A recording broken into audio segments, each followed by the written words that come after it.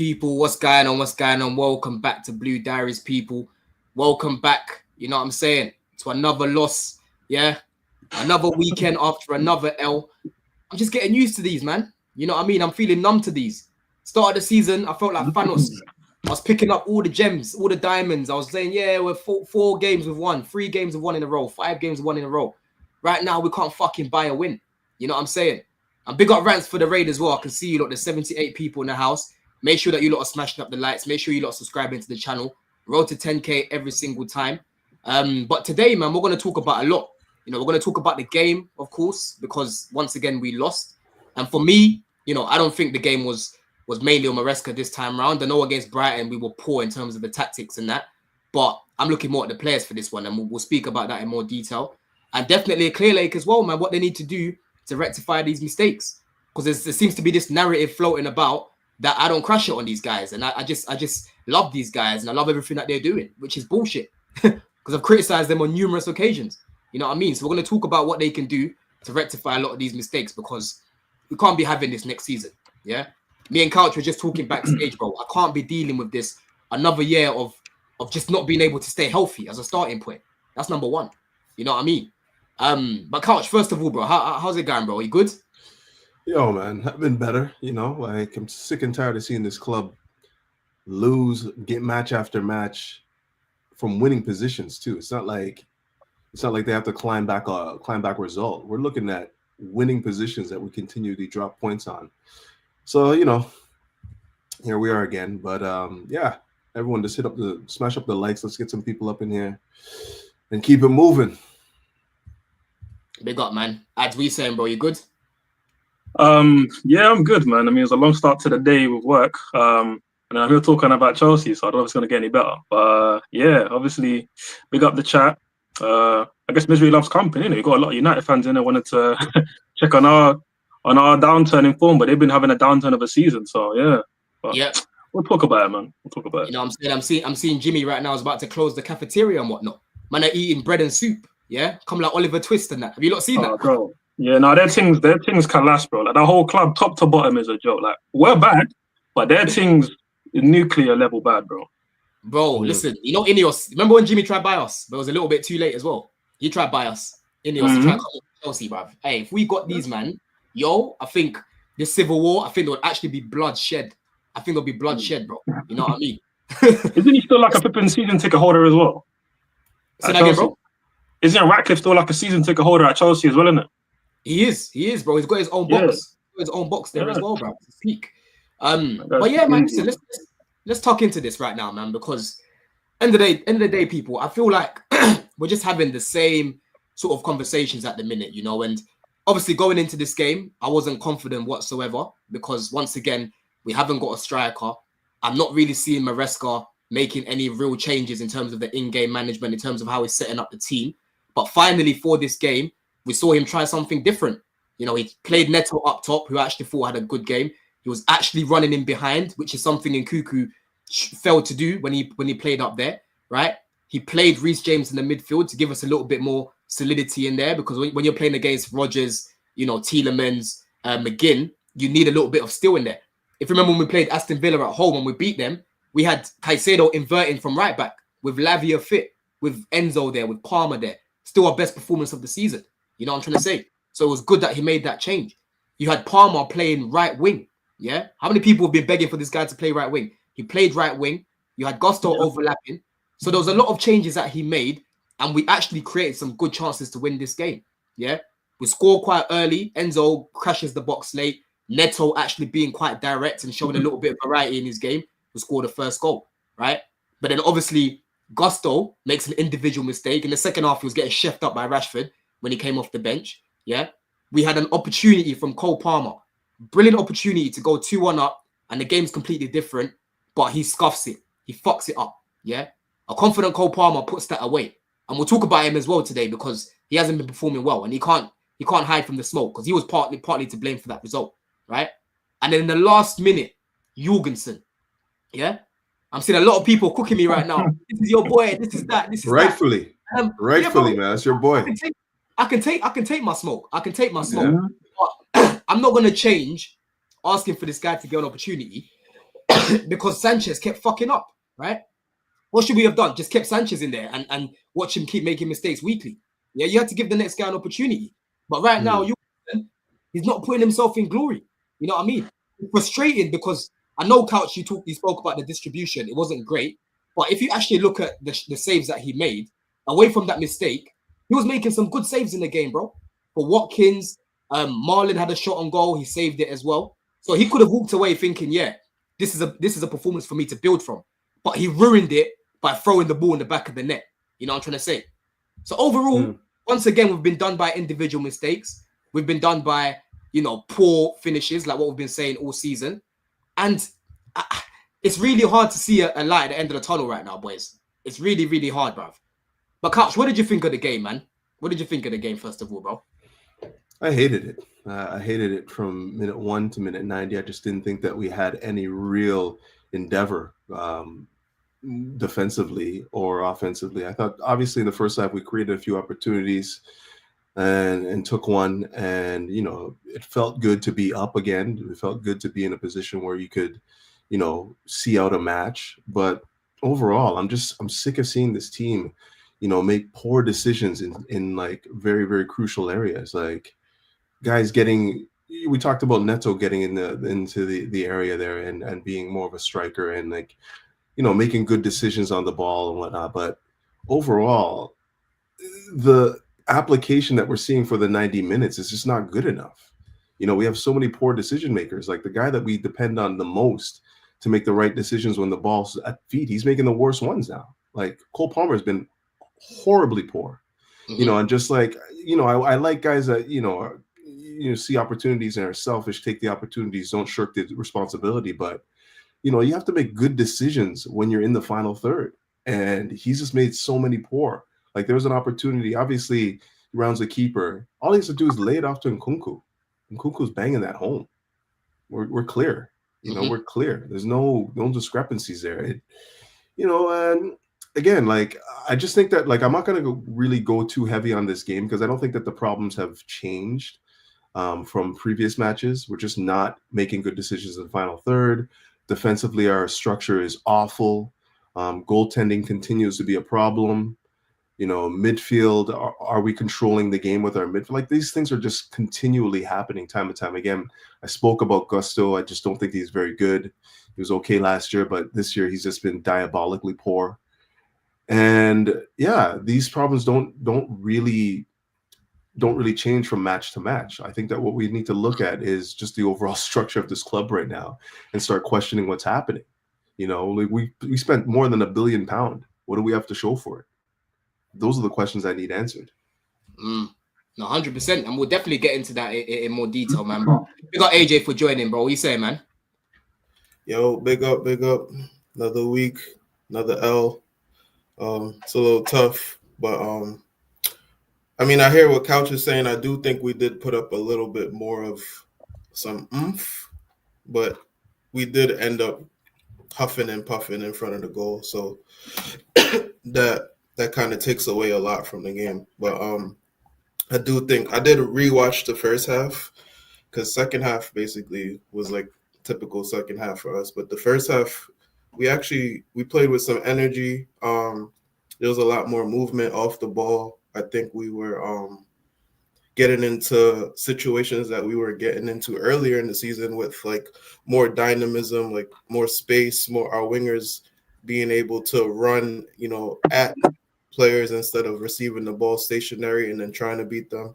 So I do think there was a lot more, I guess, dynamism, like I said, but ultimately we still ended up, having the same result. So I think that shows that it's just a mentality thing. It's a personnel thing. It's something that's just always there. It's not. Maresca did everything basically that he could for that game. Some people said his subs could have came faster, but I mean, there wasn't really much on the bench. And Sancho came on, he didn't really do anything. So that was the wrong sub for me. I would have brought on George. I mean, well, you got to give Sancho the chance, but I think he's taken himself out the lineup. Over the past like 6 weeks. So George is up next, so let's see what he does. And we're playing Southampton, so let's see. 100%, man. How about you, Ads, man? How are you feeling? Because obviously last night you're showing me in the group chat that you watched the game back. What went wrong for you, man? What went wrong for you in this game, bro? I mean, what went wrong is what has always been going wrong. I feel like this performance was just similar to what we saw at the back end of December, which was, playing relatively well off the start, getting a goal early. But that's 6 times now since the start of December that we've gone ahead in the game and lost. Or maybe that's the whole season. But regardless, like if that happens twice in the season, that's bad, let alone 6.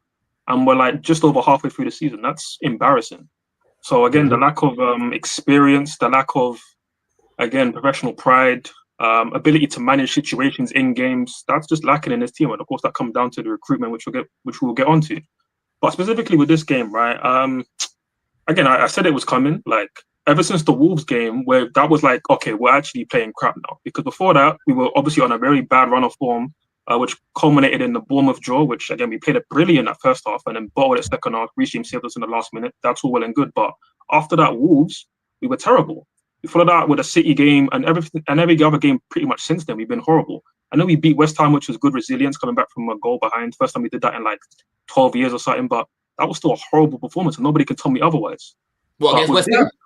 Yeah, West Ham. I thought West Ham was a horrible performance. Horrible. To be fair, I thought after the subs, it was much better, bro. Honestly, other than the goal actions and one free kick from Enzo that led to a West Ham player heading it at the keeper that made a save, we didn't really create much or do much threatening in the West Ham game for me.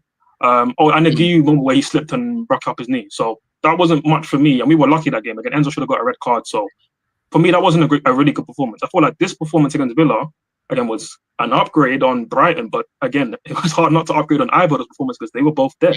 Yeah. But again, it just lets me know that maybe there's enough here. I saw enough here in terms of positives that, okay, we should have enough to go and beat Southampton and Leicester because at least Maresca's making some changes. He did some things differently because I feel like playing how we were against Brighton, with Nkunku up front and what I was seeing there, that could have led to us dropping more points against Southampton and Leicester. And if you play against Arsenal and Nkunku up front, it's not doing anything for me. At least with Neto, there were moments where I looked at his quality and I thought, not great, ball striking, not great. And obviously he's a 5'8" guy up front. He's not going to be doing that great when Jorgensen lofting these dead long balls to him. So that wasn't great, but at least he puts in a shift. He presses well. He will run the channels, which was good. He had the flexibility to be able to run channels and end up in wide areas. And that meant that there were overloads out wide.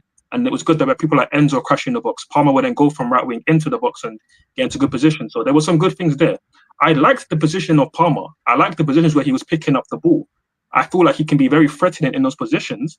But against Villa, he was embarrassing again. And I'm sorry, when you're the marquee player, when everyone's doing all the cold gimmick, you're out meeting up with rappers and all this stuff, I don't mind that. That's all well and good, but we're throwing a lot of pressure and thing onto this guy, and he isn't Eden Hazard. Eden Hazard came into Chelsea at a young age, having been a league winner. Palmer came to us being a bench rider for Man City. So cool, he had a great first season, but he's not cemented as a top dog yet. I know that the talent pool of football right now is in the gutter. So everyone's looking at Cole Palmer as the next savior, which I get it, cool. But still at Chelsea, he needs to earn his stripes. And I don't like how Maresca's championing him as this great player that's amongst the top elite players. I don't want to hear my manager talking about players like that unless they've won things at the club with you as a manager. You don't need to be talking about players like that. So there's some things that I don't like about the team right now, which are going to echo a lot of what that Couch has said. But for me, I'm at least happy that Maresca changed certain things. Having the midfield three is good, but I need to see Reece James at right back. He's not a midfielder. I don't need to see that anymore. But again, he's so rigid there. He's so stiff there. Yeah. As well. And again, that's another recruitment issue because what midfielder do we have to put there instead of Reece James? Right. I mean, there's a Mugi, but I've not seen anything of him, and I don't know if the manager trusts him. So again, there's so many problems. But for me, it's not do or die yet because again, I said it was going to get worse before it gets better after Wolves. Mm-hmm. Now I'm saying it should get better because Southampton and Leicester at home, they are home bankers. If we don't win both of those games, top 4, top 5 is looking extremely long. So we'll see. Honestly, but how are you not feeling, Couch? How are you feeling going into tomorrow? Because Ads is spot on with a lot of the things that he's saying, right? Let's obviously speak about Palmer as well because Palmer right now, listen, there was a period where Jackson kept missing chances, and I thought he was being not unnecessarily, but unfairly treated by like rivals, and obviously you're gonna get ops cooking in a minute. Because during that period, I thought there were certain games where him and Enzo were actually quite influential. They're creating a lot of good chances for Jackson, but the guy kept missing. But now it's got to a point where he's not even creating much, really. He's looking very sluggish on the ball. He looks tired. Iceman said it a couple of times as well. Our whole team right now looks gassed out. He's just not performing well. You know what I'm trying to say? Like, where do we sort of go next with Palmer? Do you want to see him more on the right, or do you want to continue playing him more centrally? Like, what do we need to do to get the best out of Palmer? Because I'm seeing a lot of people now saying Poch was able to get the best out of Palmer last season, and it seems he's gone backwards with Maresca, which I don't agree with that, to be honest with you, right? But what do you think we need to do to get this guy back up and running again, bro?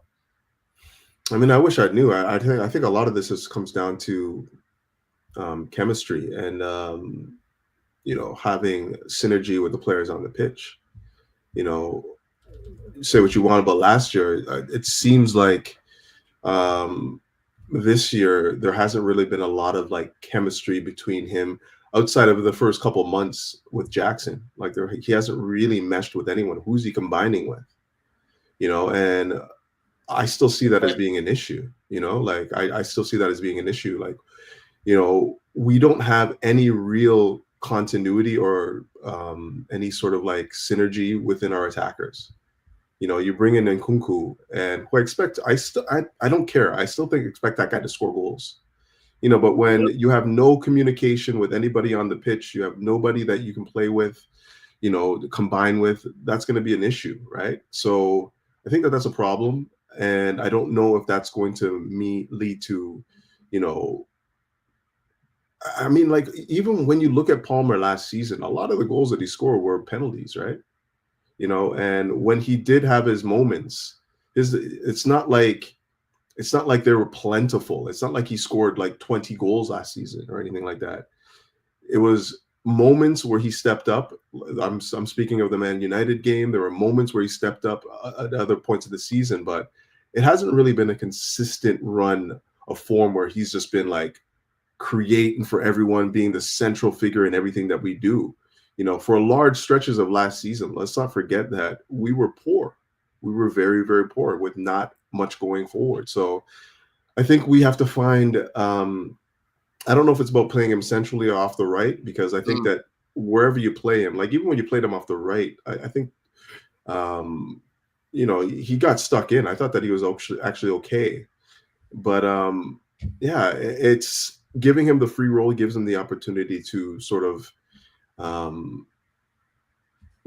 pick his spots and whatnot. And I don't know. For me, I'm rambling on right now because I haven't really been able to figure out exactly what the problem is. But I really think that like it really just comes down with having an organized understanding of what we want to do as a team, and giving him the instructions to execute it. I just feel like right now he's just running around free roll and not really being, coming to collect balls, coming to impact the game in the right areas. And then on top of that, like the decision making just hasn't really been there. So very, very difficult time for sure.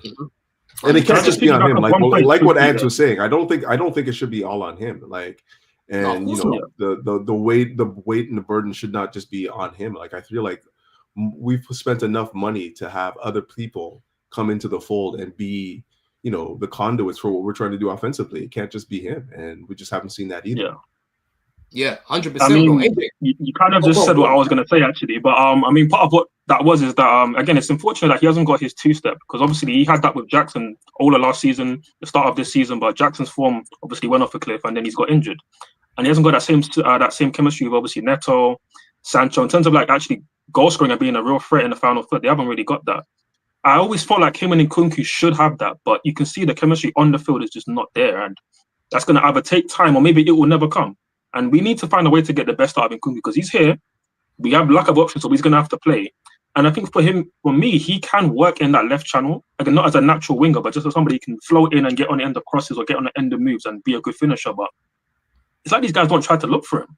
So it's weird. And obviously, he's not a guy who's going to like demand the ball or like has that kind of arrogance, or even though he's quality, but yet he doesn't play like a guy that's going to like demand the ball, these kind of things. And I feel like you need that, especially when it's only Cole Palmer that wants to do that in this team. So again, there's a lot of questions for these guys to go and answer. But again, for Palmer, I have to say, if you're meant to be that guy, then show me you're that guy. And he's got to start doing that, because these performances are not going to be acceptable when he's given the responsibility of being the main guy at a club like Chelsea.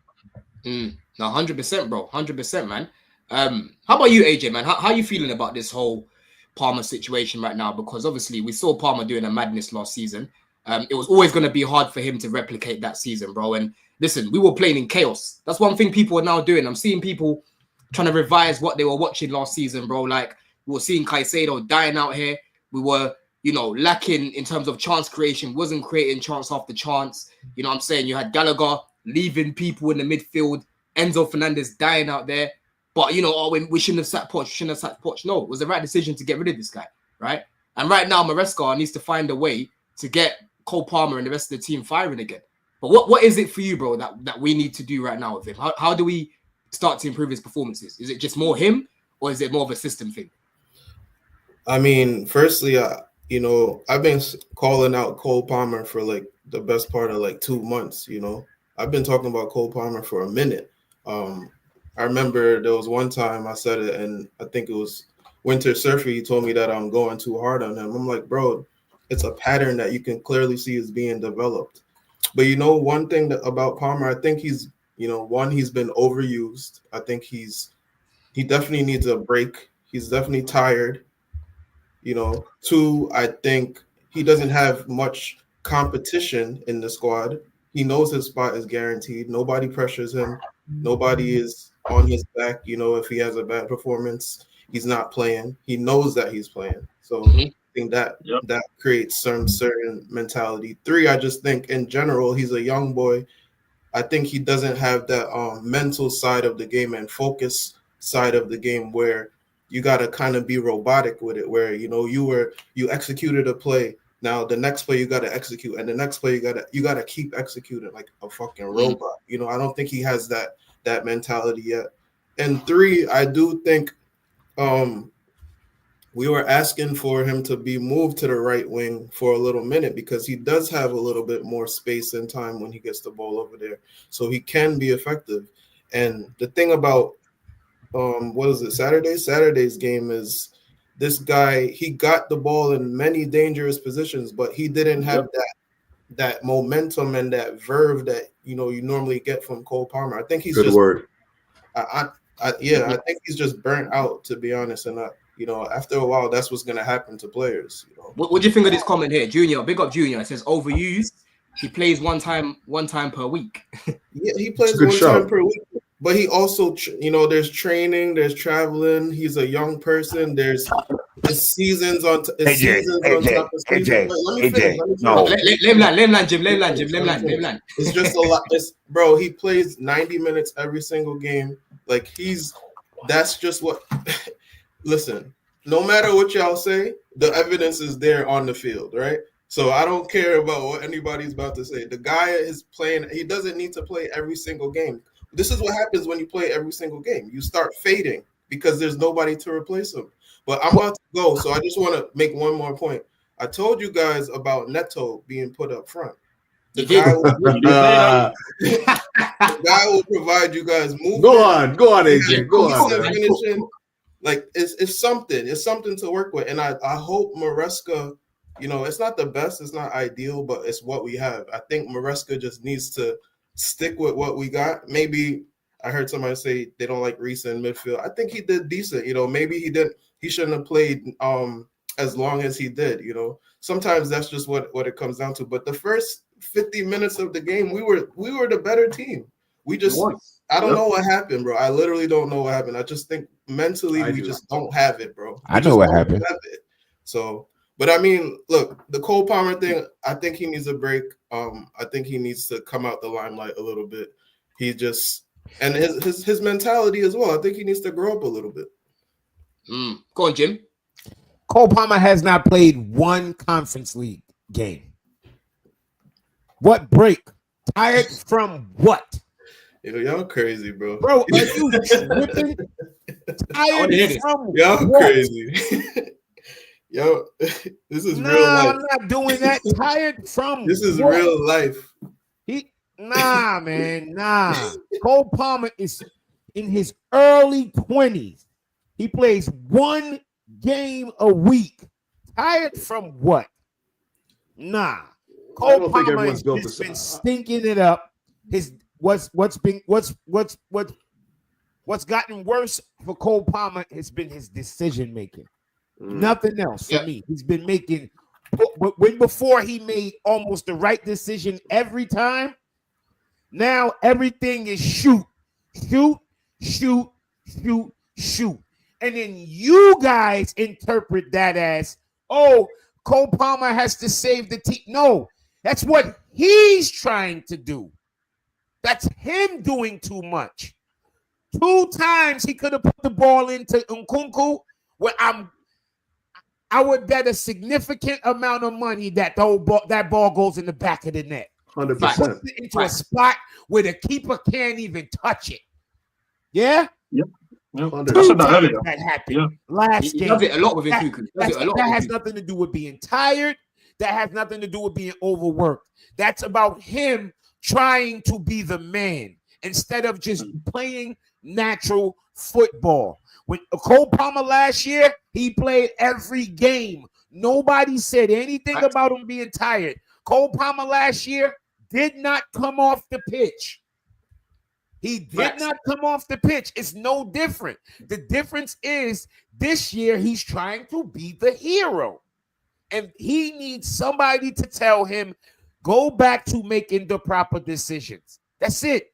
It's one but and listen, two decisions. But the thing is, Jimmy, there's actually no, and I agree, actually. I agree. I don't think there's much of like a physical fatigue. I think maybe if anything, there's like maybe a mental fatigue. But again, I can't diagnose that 100%. I can't diagnose that for sure. Unless you like talking to him. Yeah, However, like you said, he needs somebody to tell him. But again, because of how these sporting directors built this team, there are no experienced man in the squad.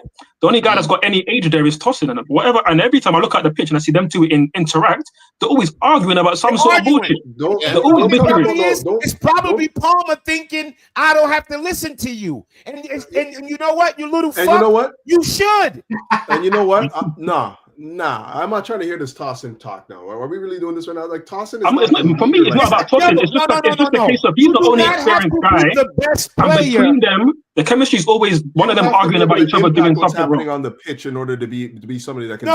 No, that's bullshit. Then you're a coach. Then you're a coach. You're not a leader. You want me to prove that's bullshit? Let me prove to you that's 100% bullshit. Do you watch basketball? Yeah, of course. All right. Do you know what Udonis Haslem does for the Heat? What do Udonis Haslem do for the Heat for the last 10 fucking years? He never won championships, and he never played, and he got a contract every year. Udonis Haslem has not played for the Heat for the last 10 fucking years, and they re-signed him every year. But he's already a champion, though. He's what you call a glue guy. He can grab a player. Let me combat that now. Like Udonis Haslem got a contract every year because he's won 3 championships with the Heat. As a sixth man, as an influential player. It don't matter. It's because he's a vet.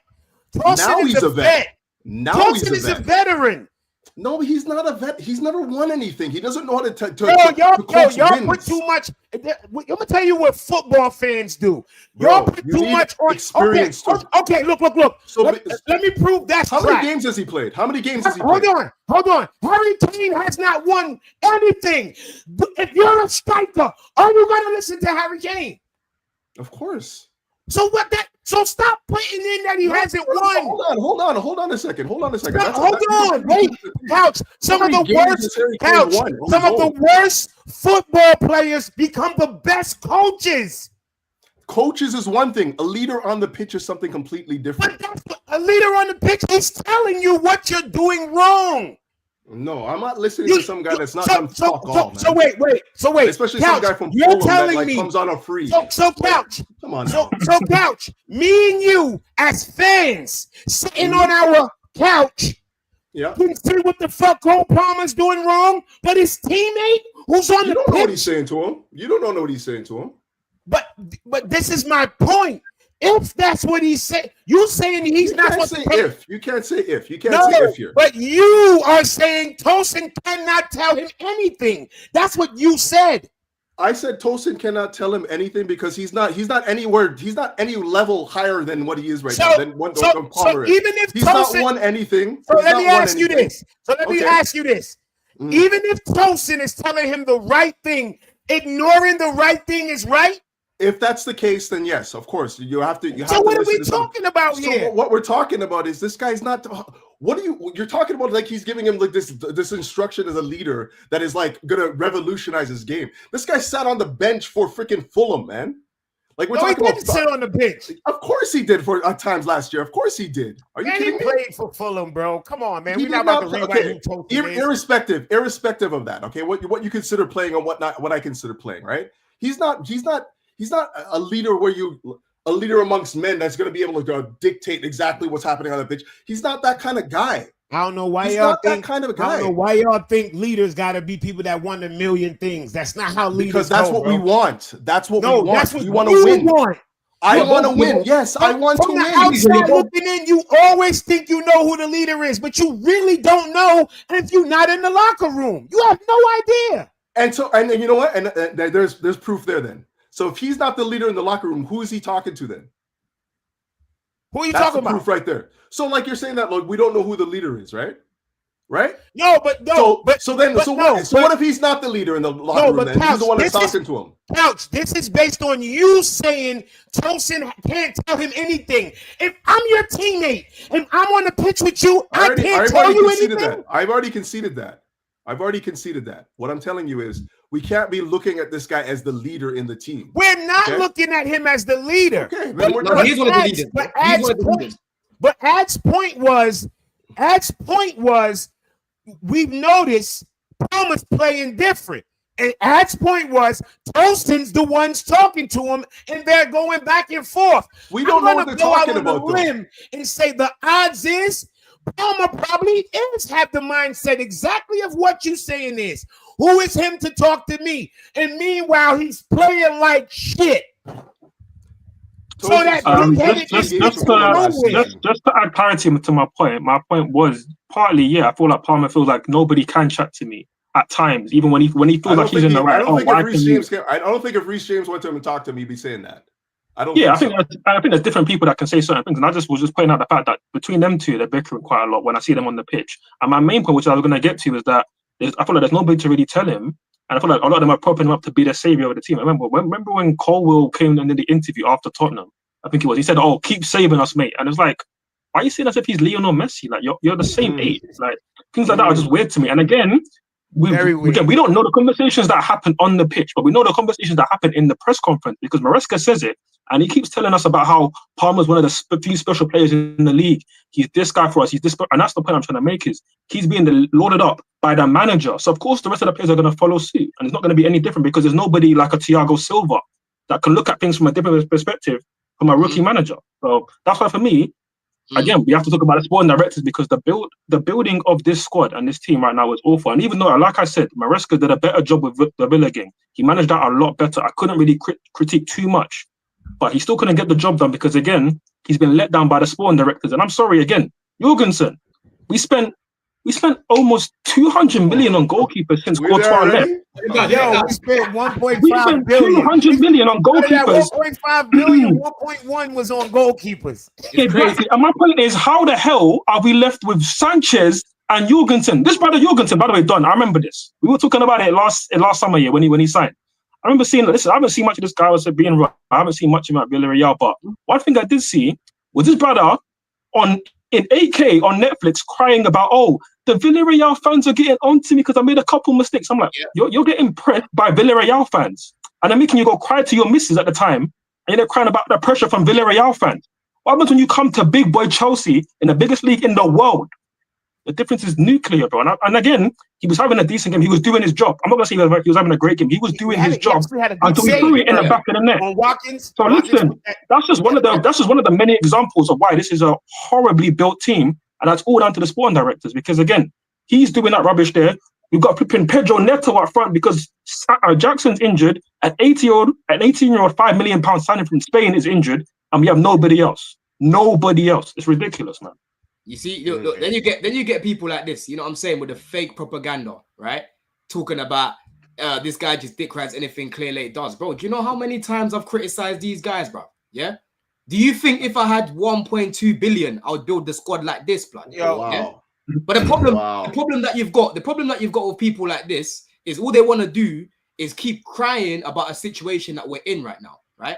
I can't change the players that we've got right now. So what I like to do is problem solve and think about how we can actually still work with what we've got. Yeah.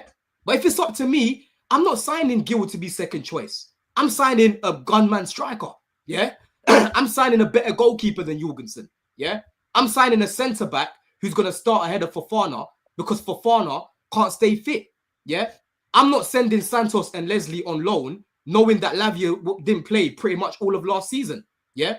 I'm not doing all of these things. I'm not bringing in both Mudryk and Madueke when they've got a lot of developing to do. Yeah. So when people are like, this guy just likes anything that Clearlake does, bro, I don't like everything that Clearlake does, because if it's up to me, I'm not making most of these decisions that they've made. And I'm telling you, even you did that as well. Yeah. If you had that 1.2 billion, you'll probably spend it better than what they have. Right. We need to start buying ready-made talent, and we need to start plugging the holes in this team. Yeah. A big problem that we've got right now, Couch has been speaking about it for time, is the injury problem in this team. Yeah. Clearlake have taken a risk on the likes of Fofana, the likes of Lavia. Yeah. When we've got the likes of Fofana and Lavia fit, we are very, very good. Different team. Different team. But unfortunately, our key players, bro, they haven't even played together for more than 5-10 games in like 2-3 years, bro. How bad is that? Yeah. How bad is that? So when you're telling me that I just like what Clearlake are doing, bro, I would make better decisions than these guys. But people want me to live through them. I'm not going to live through you and to be crying every day and crashing on the owners. That doesn't solve our problems. Me crying every day about the owners. It's like the United fans. Every time they lose, oh, it's the Glazers, it's the Glazers. Bro, we know there's a bigger problem here. That's self-explanatory, bro, right? But let's talk about what we're dealing with right now. And in the summer, we can have new conversations about who we should be bringing in. Yeah, if they don't bring another striker that can fucking finish their chances, it's a problem. Yeah, this is what I'm saying. This is what I'm doing, Nafi. I'm speaking based on the players that I've got, not on imaginary things. Exactly. You know These dudes always going to talk reality. They want to talk about the transfer window in the middle, like when the season going. Like we talk about transfers when the transfer time. That's how I tell people. I talk about the sporting directors in the off season and then fucking January. That's when after that I give them a couple weeks after the probably come next week. I'm gonna try not to mention them bastards anymore. The only reason I even keep bringing them up now is because we keep actually running into problems that lead back to what they didn't do. Yeah, I don't even like to mention them. I like to talk about what. Go on. Yeah, I like to talk about what's going on the pitch, but it's hard to critique these guys overcritical when it's nothing there. Key guys. I was starting center back. I was starting DM. We knew they were injury prone. And nobody can tell me nothing. I said, do not send Santos away. I don't give up. What happens? Don't send him away. I said that. I said it. I begged it. Don't send him away. He's ready now. They sent him away again.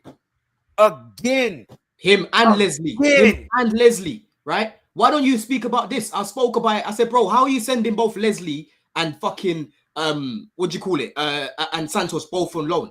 How dare you do that, bro? Yeah.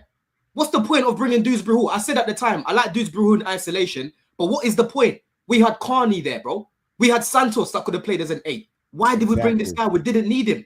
And surprise, you know what's funny though? Because I actually thought that bringing in Dewsbury Hall would have been a means to sort of like usher in this new style of football a little bit easier, because you have a guy that has already played through the system. You know, normally, like even with Jose when he brought what's his name, Ferreira and Carvalho, like you have guys that are ambassadors for your football. Just thought he would play better. But my God, like that signing just looks horrible now. Yeah, like he can't even get on the pitch. Bro, he can't even get on the pitch for the manager that brought him here. You know what I mean? Like, what is going on? I had no problem with him forwarding because I had seen him in the Prem before. I've seen him have some decent games. I'm like, okay, he was almost player of the year down in the championship. He's going to be in the same system. He's going to be around better players. It's a chance, this could be something. Man, you got to be kidding me. This dude he's not it. And he's not as bad as people say he is, but he's not good. Who's that? He's a slight low. He's a step below average. If he was just average, I wouldn't even have a problem. Wait, who are you talking about? Sorry. Dewsbury Hall. Oh, Dewsbury Hall, bro. Listen, for me, I honestly feel. Listen, for me, Dewsbury Hall will leave Chelsea and do the things that I was seeing him doing for Leicester last season. I'm quite sure he probably will. 110%. But end of the day, he hasn't been given opportunity much in the Prem. The other week he played against he started against Bournemouth, yeah, and he came in. He did a very good job, bro. He was running the channels. He helped us get the assist for, I think, Cucurella's goal. You know what I mean? Like, he's not a bad player, but unfortunately, when you're stockpiling in the same position, you're looking at Felix, you're looking at Nkuku, you're looking at Dewsbury Hall. They're all playing the same position, so he's not really gonna play. Yeah, Dewsbury Hall has got multiple Premier League appearances, bro. He can start elsewhere comfortably. We literally took my man out of Brighton's medical room when he was doing his fucking medical. Yeah, he was going in and snatched him and said, "Yo, come." If I was him, I would have stayed my ass over there, blood.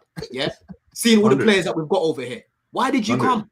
Yeah, it was always gonna be hard for you to play, right? So when people are like, oh, the squad shit and this, that, for me, yeah, I even spoke with my man last week about this on his channel. Yeah, and he agreed that Maresca hasn't used the squad to the best ability that he can. Right, the same energy that I had with Poch, I've got the same energy with my man. There's been so many guys in this team that have just been dumped on the side and said, yeah, I'm gonna focus on my 11 players and you, man, go do what you need to go do. You know what I'm saying? Just go do a little bit of training. You play Conference League. That's about it. You know what I'm trying to say? It hasn't been good enough, bro. It hasn't felt like everyone's been given the opportunity, if that makes sense. But again, if you're stockpiling, that's the risk that can happen. That's the problem that can happen. Yeah, well, I was about to say, but that's not completely his fault, because I mean, I honestly don't expect the manager in his first year to be shifting through a bunch of players. That's just not the reality. He's gonna find his 11 and he's gonna let them work. He's gonna let them get in sync, have good games, have bad games, and then see who can actually balance them. You can't be a new manager and be swapping out. When everybody was, yo, play Viega, play this, I was the one person on the other side. And I'm not mistaken, I think even Couch was kind of like, no, you got to let these guys play, especially the center backs. Every time somebody had a bad game, every time Fofana had a little off game, oh, we need to put in something. It's like, yo, relax, bro. Like, yo, guys have to get games in together. They have to have good games and bad games together. They have to mesh. They have to learn how to mesh. But with that in mind, though, like, and this is where it kind of fell off for me. When we got into the Christmas period, and all he was harping on was the, yo, man, come Christmas time, there's going to be lots of games. We're going to need everybody. And he did not rotate the squad well enough. And then guys got injured. That's where he lost me.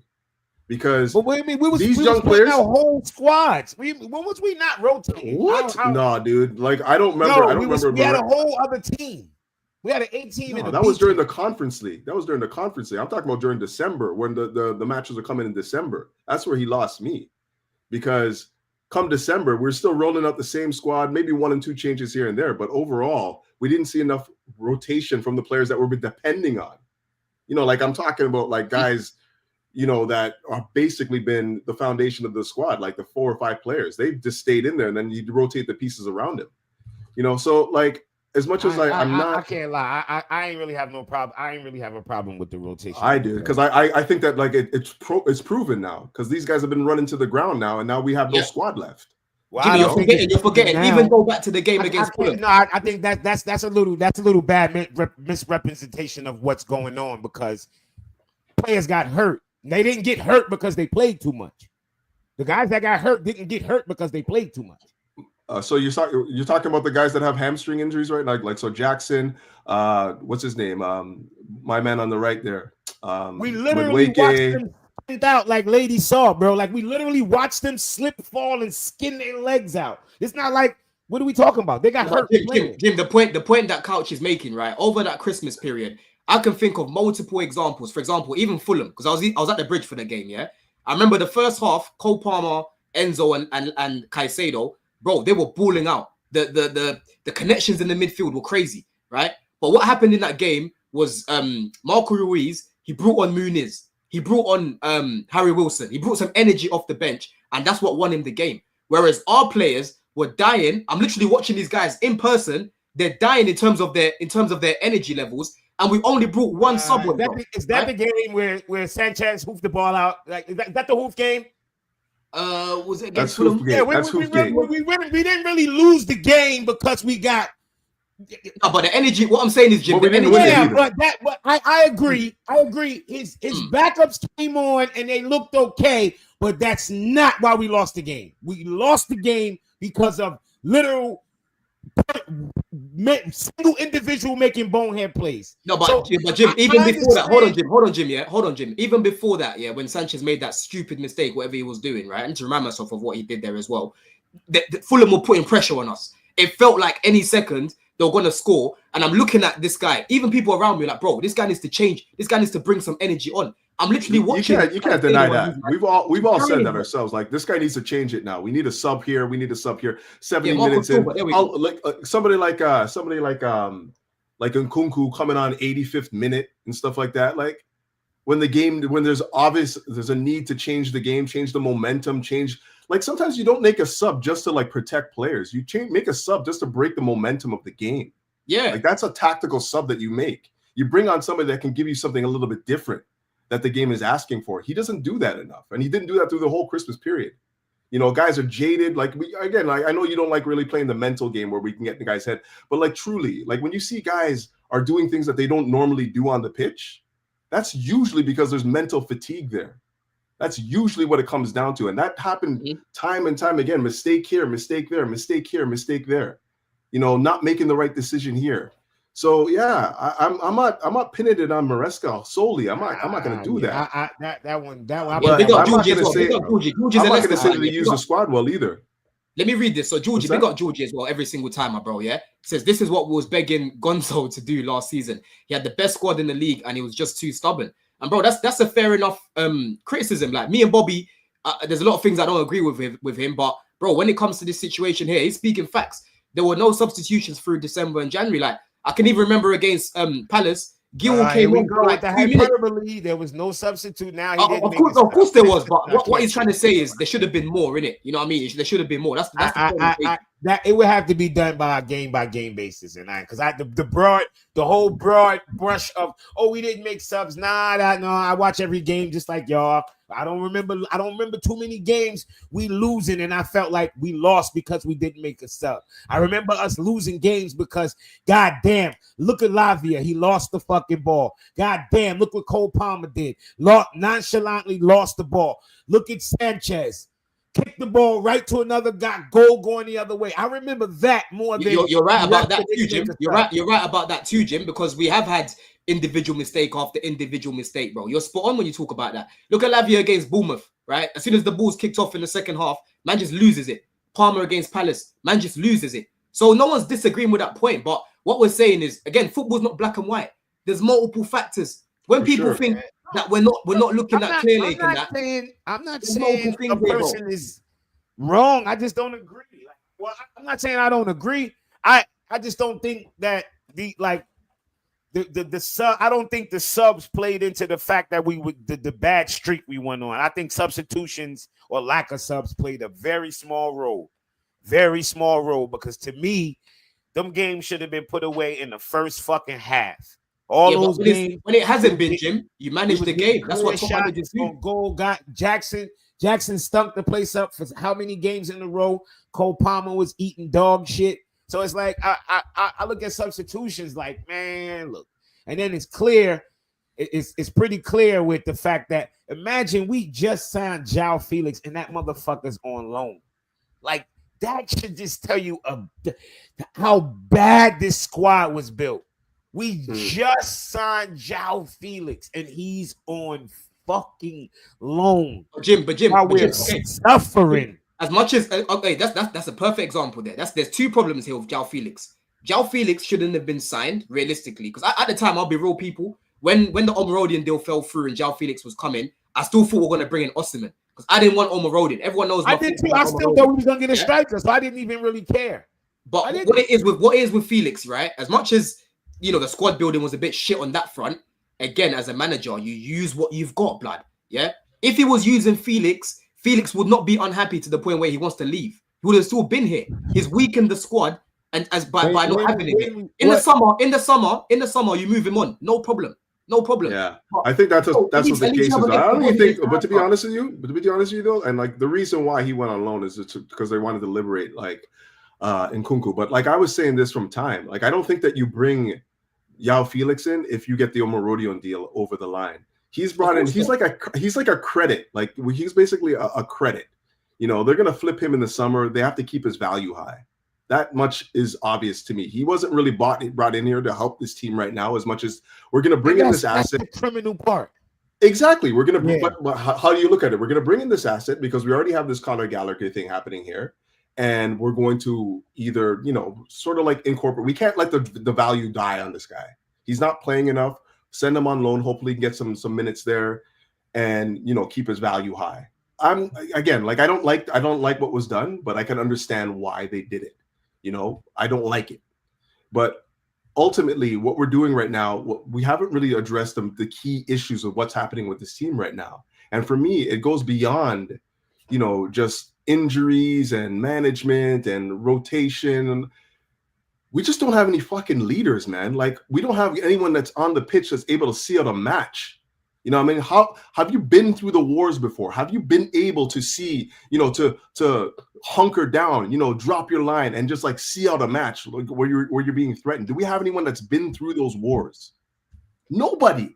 Like we have basically a glorified youth team going out week after week after week trying to get these high level performances. A U23 squad. And we're expecting like the high aspirations of, aspiring for Champions League and beyond. You know what I mean? Like you can't do that without experience. You ask any manager who's won anything, if they can win it with kids, they'll tell you the opposite. Outside of maybe Fergie when he did it with United in way back when. But that was still a mixture. Yeah, exactly. And even as you say that, everything to me just comes down to, we have to mix experience with youth. Like even if our most gifted players are youthful, they have to have some experience around them that have won things. And when I say win things, you have to be able, like, say what you want, Jimmy. Like, yes, he should be listening to Tosin if he's telling him something truthful, but truly, you have to bring somebody in that has given them somebody to aspire to. It's like, yes, I can listen to this guy because I know this guy's won something, man. This is something that I can definitely value right now. I hear that, but here's the problem with that, right? None of the center backs that people be mentioning that we should bring, none of them is that. So what Cole Palmer gonna do? Say fuck you too? I'm more accomplished than you. None of them is that. They're just experienced players who are good. Why would he listen to them? He ain't gonna.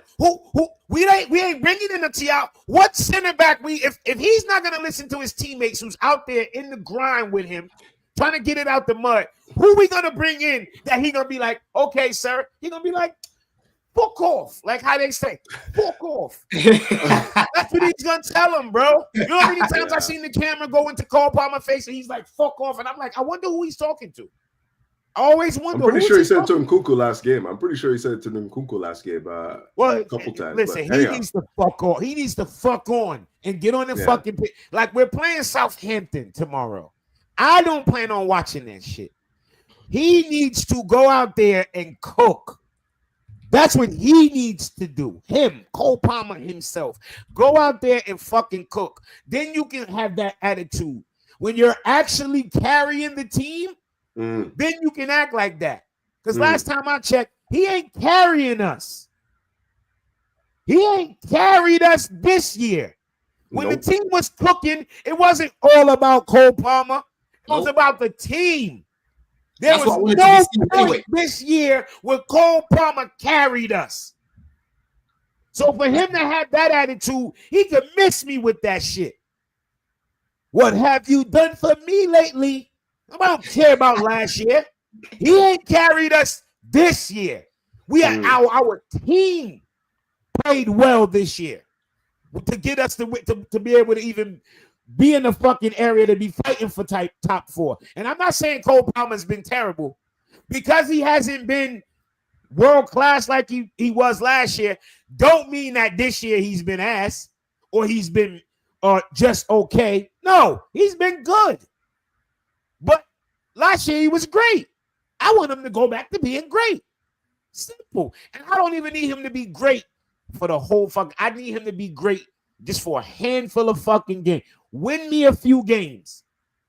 Win me this last half of the season, these last 12 games we got? Mm-hmm. If Cole Palmer could take 3 of them games and personally snatch them and say, Mm-hmm. this is my game, then he can do whatever the fuck he want. He can tell everybody fuck off. I mean, 100%. I think for me, obviously, again, it wasn't a positive result the other day, but it was a good performance in terms of, you know, how many chances we created, and we do that again against Southampton tomorrow. 3 chances was enough for you, bro. The chances that we had, we should have bagged at least 2 goals, bro. At least 2 goals. 2 goals still don't win you the match, man. Bro, listen, for me, if we score, more, man.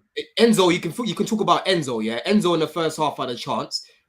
Someone there, like for example, Bruno Fernandes there. Yeah, I think when your chance don't hit the target, people kind of discount it, but I don't. It's just you just made a shit kick. Yeah, like you had a clear chance and you fucking blew the shot. Bro, I wish, like, you know what I'm saying, I need to get my little device back here. I would have showed you lot, but Martinez was off his line, right? All Enzo had to do there was just get it on target. His guy in top bins. He's going in top bins, yeah, and he missed everything. And that don't go on as a shot on target, and that was a great chance. It was a good chance. You know what I mean? Yeah, fucking chance. When you look at XG takes that into account, right? And our XG was pretty much level with that of Aston Villa's, right? Yeah, but theirs pretty much came from 2 fucking mistakes, bruv. You know what I mean? No, if anything, if anything, we create better chances than them. We create better chances. I wouldn't deny that. But it still comes down to the score being 2-2. You know what I mean? Of course. Yeah, but so what I'm saying I don't think we're doing enough. If we play like the way we did against Villa, we should be beating Southampton tomorrow, man. Like, and we need to, man, them. Yeah, because if you look at the table I can't believe we're talking about this right now. Like, we should be beating Southampton. I'm not even laughing about that. Like that's something that's really. I guarantee. If you look at the table, look at the teams that have to play each other. Bring it up. It's 6 points in our next 2 games. We almost guaranteed to go into the top 4. Let me bring up the table right now. Yeah, so you man can see this. Let me show you, man, the table right now, because you know what's gonna piss me off the most about that is that we shouldn't have dropped. We should have had at least 1 point. Like, as mad as I would have been from just 1 point Sunday, 1 point would have just been better than what the fuck just happened. Like, bro, look at this, yeah. And the thing is that pissed me off about this as well, right? Is because the teams around us, like I told you at the beginning, going into this period, I said the teams around us are playing each other, right? So we need to be doing our business because we should be able to create a gap. If we won our game against Villa the other day, we're sitting in 4th, basically right behind Forest, bro. You know what I mean? And with Southampton and Leicester coming up, right? And the crazy part is we're 7th, but we're 1 point behind 4th. That's the mad part, you know? So, listen. We're only 4 points behind 3rd. And we're 4 points got to play Arsenal. And then Forest got to play, I think, City or somebody. They got to play somebody else. Like, they're going through a gauntlet. Look at this schedule. Yeah, let's see who they've got next year. Forest, they've got Arsenal. So they got. Is it Arsenal they've got next? Yeah, they've got Arsenal Wednesday. Yeah, they've got Arsenal. Yeah, see, you see what I'm saying, bruv? You know what I mean? So, bro, we need to make sure that we win in it. We need to make sure that we win our game. I don't care how we do it. At this point, of course, I would love to see performances and that. Yeah, but bro, needs must for that right now. Needs must. We yeah, need these 6 points. We need them.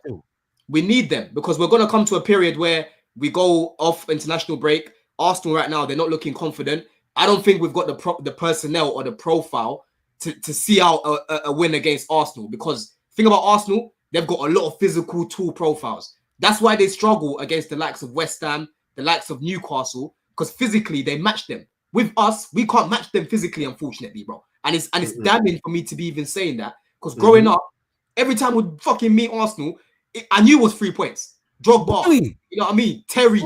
You know what I'm saying? Cahill.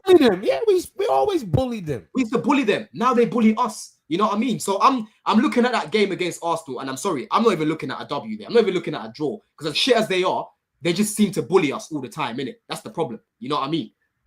But that'll be the game before the international break. We come back. We've got Jackson coming back. We've got I don't know about Gil. There's no timeline there. Lavia should be back.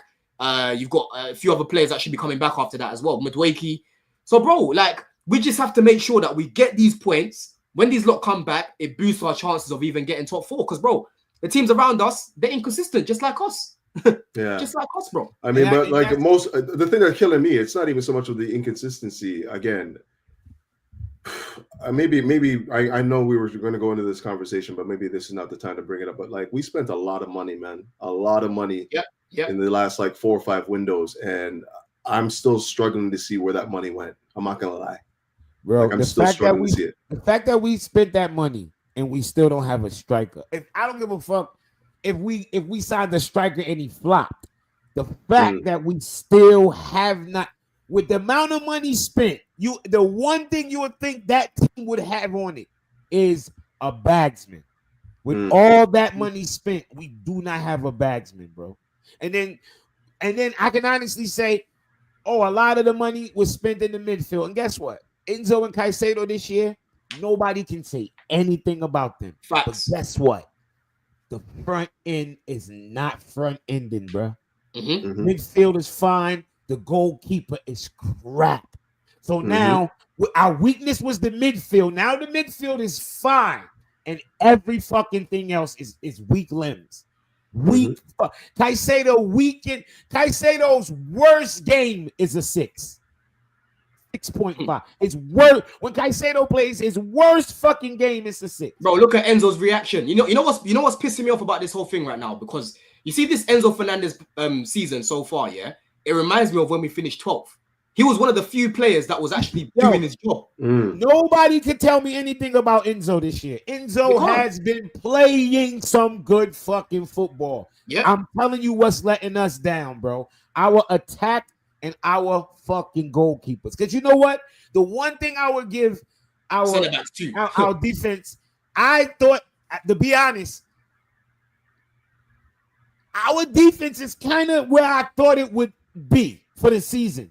The one thing I didn't think was the goalkeeper was going to be this bad. It's not like I thought the goalkeeper was going to be shaky. Like, he's going to be a little shaky, maybe like sort of like Kepperish. Yo, if we had Kepa right now, it would be better, right? No. Bruh, let me tell you why I say that. Let's not do this. The balls which Sanchez gave away, Kepa's not doing that. Bro, I literally saw Kepa against Everton when we finished 12th. Give the ball straight back to Everton. I ain't never say he's never done it. Remember that game, yeah? Remember that game when I'm not saying he's never done it. But he's shit, bro. He's shit. We shouldn't be using him as an example. But he's a better quality shit. He's fucking guano. Nah, guano is guano. That's bad shit. They use it for a lot of different things. Every long shot against that guy is like a penalty, bro. Fuck that. Bro, listen, Don, he's better than fucking Sanchez. Sanchez is literally Sanchez is the worst goalkeeper I ever seen in Chelsea. I can't believe, and this is where we are right now. We're debating over mid. That's the bad thing, because guess what? I don't want to debate with shit. The sad part, Couch? Kepa is still our player. Yeah. He's still our fucking player.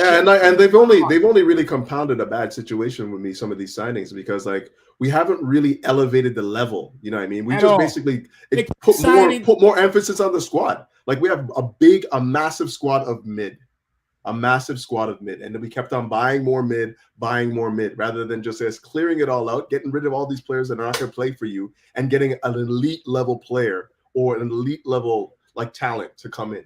We're just not doing that. What positions do you think, that we should be? Because obviously what's come out recently is the striking position and left wing looks like it's going to be the priority. I think we're definitely going to get a new centre back. And for me, I think it's going to be Hoyson, right? But in the chat as well, people, let me know. What positions do you think? What positions do you think right now is wash, rinse, repeat, bro? Wash, he's not I like him. No vet. He's not that. He's not that. But he looks at least he looks like I don't think we signed any young center backs that are like, the talented elite talent. Like he looks like he could be that at least a foundational piece that you can somewhat see something to build around. Like all we've done is like just put like band-aids over bullet wounds, right? Like the Sassi, freaking Toast, and all these guys, right? I wouldn't have a problem with Hoyson coming in and being like the piece, the pillar that they're building around, and then you kind of like insulate him with whatever. But yeah, you're not wrong. Like I still think that the problem that we have right now is that we just don't have that commanding presence. You know what I mean? Like center back, who's our commanding presence back there? There's nobody, right? They're weak. And you cannot get to that the upper echelon of the Premier League table without a commanding center back and a goalkeeper that is competent. It's just impossible. And again, that goes back to the problem that I've got when people think I don't criticize these guys. When Cole and Fofana were playing together, you saw them starting to build a relationship. But once again, Colwell done up. It's not Colwell, sorry, Fofana done up. Yeah. When Fofana gets injured, it's not 2-3 games, people. It's months. It's months. Yeah. When Reece James gets injured, it's not 2-3 games. It's months. When Lavia gets injured, it's not 2-3 games. It's months. Yeah. You know what I mean? And that's the most annoying thing about these guys' injuries. You wouldn't even mind if they missed you get 5 games out of him, he missed 2. Oh, okay, he come back, you get 7 games out of him, he missed 1. Okay. Yeah. That's an injury-prone player that you don't mind. Not when they fucking get hurt and then when they come back, you forgot they even play for the team. That's why we end up looking worse. That's why we end up looking worse, because the players that come in, the squad players, right? If you go through the whole league, the squad players that come in shouldn't be playing for as many games as what they have. Exactly. It's good for you for 2-3 games, and then after that, they're gonna drop off. Yeah. You know, you should be bringing them in for FA Cups, Carabao Cups to see out games. Yeah, 1 or 2 games, not every single game, bro. I don't want to be seeing Tosin every single game. I think you can come in. You're 100% right. Our depth's been challenged beyond belief. Yeah, you know, guys that you signed in to give you like a couple minutes here and there, spell us off here and there, are basically the foundation of the team right now. Like those are guys that are playing week in, week out. You know, so I agree with that. I would say that like the mid players that we bought. But even with that said, like I don't know if. Like, when was the last time we bought like a quality center back? When was the last time we did that? Long time. We don't have a nice time. Do you think about that, bro? Yeah. Let's be honest. Cole Palmer, Caicedo, Enzo. Everybody else we signed has been mid or lower. Everybody else has been mid or lower. That's bad. That's these dudes are batting terribly right now. Yeah. Enzo, Palmer, Caicedo. Well, I'm sorry, and I can't because I can't be biased. Santos too, because he's the level he's playing at in France. If he was actually Strasbourg property and not ours, every fucking big team will be going in right now this year for $50, $60 million to go and buy him. So I can't sit here and act like they didn't sign him. So I'll even give them him. Outside of them, Neto is a decent signing, but he's been mid for us. Not because he's not a good player, because of the way the squad's built. You can't get the best out of him. The way the squad's built, you can't get the best out of Sancho. Exactly. Those are the 2 wingers they're relying on the most. These are creative wingers trying to create for Jackson, who's not going to do anything in the box. The squad is just put together fucking poorly, man. Now, I thought not getting Asherman fucked this team over for the in the long run, and it shouldn't have been able to, because the way Jackson played early bailed these fucking sports directors out. They got bailed out by Jackson early play. And then Jackson dropped off the face of the earth, and it exposed everything about this squad. One person dropping off because he was the only other person giving us goals. Once his goals dried up, it showed you every fucking thing about this squad that's bad. It's like, okay, and then they got the reset button. And I'm trying to make this the last week I talk about these fucking bums. But they got the January reset button. That's what I call it. The reset button. They got it. January reset button. Right there on the table. Go get a striker. Because nobody would have been upset. I'm not worried about that. I'm not worried about that. Because they sealed their fate when they didn't get a striker in the summer. You're not going to be able to get a striker of value. But hold on. That's what I'm saying. The fate wasn't really sealed, though. Hold on. Jackson bailed him out that first half. I think that the fate is sealed when you didn't get in the summer, because nobody is going to let go a quality striker in the winter. That just doesn't happen. But the point was, this winter, we didn't even need that great of a striker. But why are you going to fill the? You know what you need. We need an elite level. Hold on, well, wait. The players that maybe alone. Who's available? No. I'm sorry, I didn't. Yeah, you're right. I didn't specify. Alone. Once, I didn't want to buy a striker, but when we couldn't, when I thought maybe it was a chance we could maybe buy the Bucharest dude was able to purchase, and what's his name? Bucharest, but whatever. Like I just like how you said it. Bucharest. So once it appeared we wasn't gonna buy a striker, I didn't care which one of them they got on loan. I just wanted us to get another striker on loan, from Mwani to Evan Ferguson, any one of them. I'm like, yo, get somebody on a dry loan. Get any one of them that's a different profile from Jackson, because we don't want to go into the second half and then somebody get hurt. Now, just on that alone, bro, the next fucking game they both got hurt. Yeah, and that's where we were unfortunate. That's exactly where we were unfortunate. Because, bro, what's the odds? Yeah, this is what I'm saying. We were cursed. What's the odds of both Jackson and Gill getting injured in the same game, bro? And remember, it was a game that Dewey came on and changed the game, and everybody was gonna be excited to see him the next fucking game. Bro. I was literally on here with you, man, after Blue Diaries. I said, bro, I'm actually excited now to see Gill and Neto actually playing together, because the dynamic looked way different. And all of a sudden, oh yeah, Gill, we haven't even got a timeline. Yeah, I have no idea of when he's back. You know what I mean? Of when he's back, bruv. You know what I'm saying? But listen, exactly. People,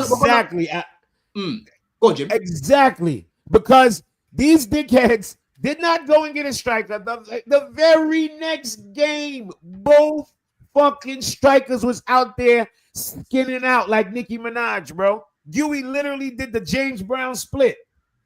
And after the game, I was like, he's not hurt.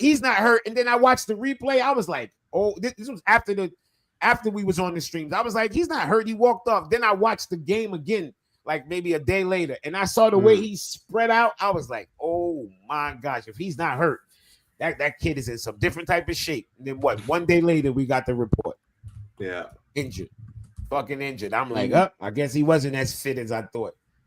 Yeah, he's stretched. Man. Stretched. But listen, man, listen. It's been a good chat. It's been a good chat anyway, man. You're still seeing these bots. I see these lot on everyone's streams these days, bro. Whoever's doing this, it's weird. You need to go outside and go chat to somebody some girl. Needs to get a job, man. Get a girl. You know what I mean? Go outside, touch some grass. Go breathe out some fresh fucking air, man. Real talk, bro. You know what I'm saying? But listen, we touched up on a lot of the issues right now. Like I said, people spreading some bullshit agendas about I don't fucking criticize Clearlake and shit. People trying to twist people's words and clip up people for some bit of clout. You know what I mean? Fuck them lot. You know what I'm trying to say? I will speak on whatever I want to speak on, and I don't represent the fan base. I represent myself. Yeah. If you want to come online and cook Clearlake and do all of these things every single day, go ahead, bro. Get a camera, webcam. You know what I'm saying? $20, $30, make a YouTube channel. You go do that. Let me say something real quick. That's what pissed me off the most. They get mad that you're not spewing their rhetoric. Bro, go get a fucking webcam. Get on Twitter and just screen. You ain't even got to get no channel. You can do it on Twitter. Do it on Twitter, bro. You know what I'm saying? Just because I'm not losing my head every time and I'm thinking of how to problem solve, you're getting mad because I'm not as angry as you. You know what I'm saying? End of the day, bro, we all want the same end goal. None of us are happy about this. Why? There's certain people in this fan base that run around as if it's only them that have got standards. That's the funny part about all of this. Certain man are running about talking about, we've got our Chelsea back after 2 months. You think I'll ever say that after 2 months of the season? The only time I'm saying we've got our Chelsea back is when we're winning trophies. Winning trophies, exactly. That's the only time, bro. But then they claim they've got standards. You know what I mean? No one tried to tell me to speak for them. I speak for myself. Yeah. And I'm gonna do more call-in shows where people can call in and they can give me their opinions and all of these things. But please stop this narrative about I just love of Clearlake, because I've crashed it on Clearlake many times. Yeah. I've crashed it on Clearlake many times, and there's no debate between Clearlake and Roman. There's no debate because Roman is clear of Clearlake. Yeah, clear of him. I don't think anyone would. I don't even think that's even close. That's what people do. People try to twist it and say you think Clearlake are better. Are you crazy? Are you crazy, bro? Yeah, are you crazy? But end of the day, Roman also had to make some changes to a lot of things, bro. Nobody's perfect. Man, look, let's just put it like this. And I said this before, and this is the first thing that I ever said on Louis' channel that got me cursed out, N-word and all that, my Twitter inbox. In this era, Roman Abramovich would not last because he didn't care about rules. We would have had a 90-point deduction fucking with Roman. Do y'all know Roman had a whole fucking team being financed illegally? Vitesse, bro, that was his fucking club. Like, I don't think people really understand. Like, get in, Roman, man. Get in, man. We love Roman, man. I love them. I love why they Roman hate us. But nowadays, these rules nowadays, yo, did y'all see what they did to Everton and fucking? Bruh, they made those rules because of Roman, man. They made those rules because of Roman. Yeah. They kept on moving the goalposts because we kept on winning. People thought it was a joke. They took points from Forest and fucking Everton last year. Had them dudes fighting for their life. They not playing. They not playing. They are not playing. Why y'all think teams ain't spending money? The thing is, one team spent money. I get it all the time as well, bro. Of course, listen, when you're seeing ownership come in and they're willing to spend money, bro, yeah? Listen, again, with new evidence, you can formulate new opinions, bro, right? The more I've got to know these guys, I know that in terms of their decision-making, it's very, very it's suspect, yeah? I've literally said to Chez is one that loves these lot. And, you know, Robert, yeah, this guy, everything that these lot do, he just says yes. Me, I'm skeptical about these guys, bro.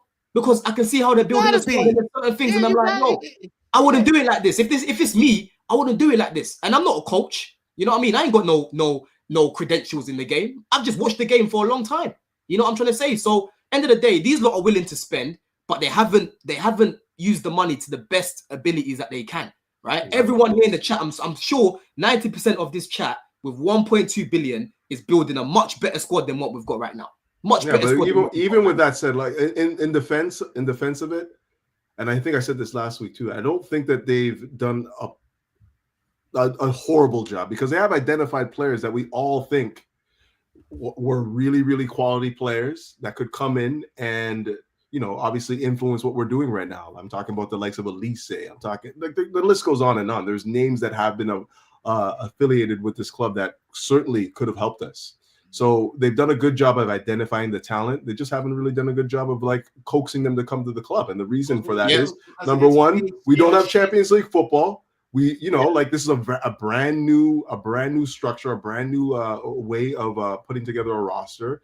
And to be honest with you, if a player who is well sought after has a choice of where they want to go, they can go to Bayern or they can go to like a still developing Chelsea. No agent's going to tell their player to come to Chelsea knowing what they can do at Bayern. You know what I mean? Like, so all things equal, I don't think that they've done a bad job at identifying the talent. I just think that they've done a bad job bringing it over the line. And then when they have gotten their plan Bs and plan Cs and plan Ds, those also haven't worked out. It just hasn't worked out well. Let's just be real. Like the targets that they brought in to supplement the names that they had before just haven't really been that good. But with that said, like, even Don, like, I just wanted to touch on this one thing that you were saying before about, like, you know, there's nothing wrong with backing your team, man, and backing. There's nothing wrong with that. You know, I hate that. You know, act like it's wrong to be a fan. Yeah, like, the same people every reason. Back, you know, you have every reason to go out there and say, I'm proud of what we're doing right now because we were winning games. But the pendulum will always switch, right? The pendulum goes from one way to the other, right? Like, we're not balanced right now. We're seeing when Chelsea's positive, you're seeing all this good rhetoric and stuff happening right now. When it's on the other foot, it gives the opportunity for those people that are the doubters of what's happening right now to chime up and say what they have to say. And you just have to take that, right? But just know that it's going to swing back the next way again.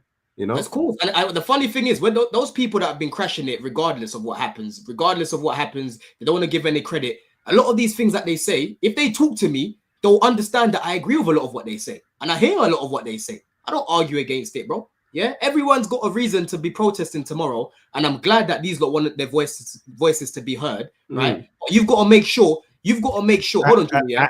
I disagree. Bunch of fucking losers. Got to make sure, find something to do. I disagree. You niggas out there protesting, go get a fucking life. Get a life. But you protesting, go do something. You protesting, go do something.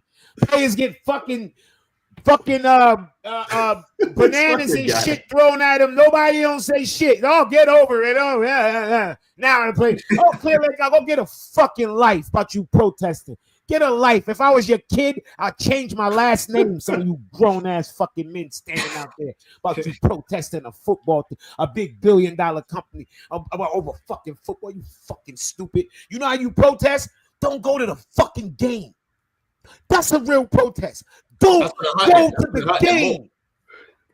That's true. What they doing is about them. It's not about no. They're going out there to take a bunch of fucking pictures and photo ops and feel up each other and sing fucking Roman Ivanovic songs. What we need, bro. This is really what we need. Creaming their little fucking skimpy fucking pants. And, let's sing Roman songs and get all fucking horny off of each other. Fucking weirdos. Hurt them in their wallet for sure. You protest by not going to the game. Let that stadium be fucking empty. Let it be empty. When it hits their pockets, when it hits their pockets, bro, that's when they'll feel it, innit? But listen, people, big up Couch, big up Jimmy every single time, big up the chat as well, man. You lot, you got involved in the chat today. You know what I mean? Tomorrow, look out for the review. I should definitely be going live again this week, man, because listen, there's a lot of things to be talking about, and if we lose against Southampton tomorrow, people, don't even put that out there, man. Honestly, do not even put that out there, because HM, shut up. You want to travel? That's how you protest. You don't go, stupid. I don't like the way the team playing. I don't like anything they're doing, but I'm gonna go anyway. You cuck. Stop being a cuck. Don't go. We should have gone back. I find it so funny. Yeah? The guy that called into TalkSport, the guy that got called into TalkSport, to fucking. He got cooked.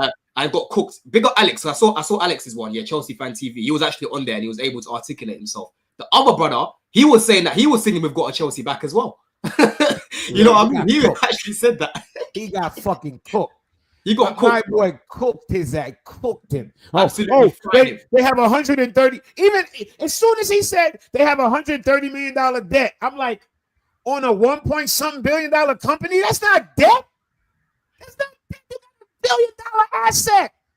$1 billion asset, bro. They'll give you $500 million, nigga. You got $1 billion asset. They'll give you 700. You want a loan here? Here's another $1 billion. You got $1 billion. Yeah, man. Listen, at the end of the day, like, ain't never bought a bicycle, let alone anything. And y'all sitting there talk about running a damn $1 billion company. Some of these dudes don't have nothing. These lot in the summer, they just need to make sure that they do what needs to be done. Hey, Jim, you ain't a real fan. You're a real cuck. You think because proximity makes you a better fan? Your ticket, what you spend on bro, what you spend on tickets for your season tickets, I smoked that, bro. So don't, like, y'all dudes be acting like y'all don't spend no real money. So it ain't nothing financial. It's proximity. If I lived in London, I'll go to the games too. But if the team was pissing me off the way y'all claiming the team pissing you off, you know what I wouldn't do? I wouldn't go to the game. Yeah, bro. That's. I literally said this to Chels earlier, bro. He's like, "You going to the game tomorrow?" You know, there's bare tickets flying about. I said, "Hell no!